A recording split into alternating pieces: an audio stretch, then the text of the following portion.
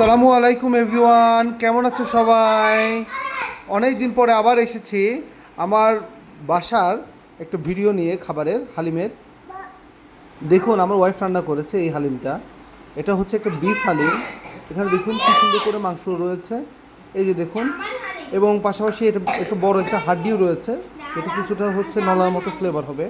আপনারা দেখতেই পাচ্ছেন ও বেশ হালিমটা বেশ মজা করেই বানায়। দোকানের হালিমও আসলে খেল, দোকানের হালিমে আসলে কিছুই থাকে না। আপনারা দেখুন, আমি একটু খেয়ে দেখাচ্ছি কেমন হয়, দেখি। বিসমিল্লাহির রহমানির রহিম।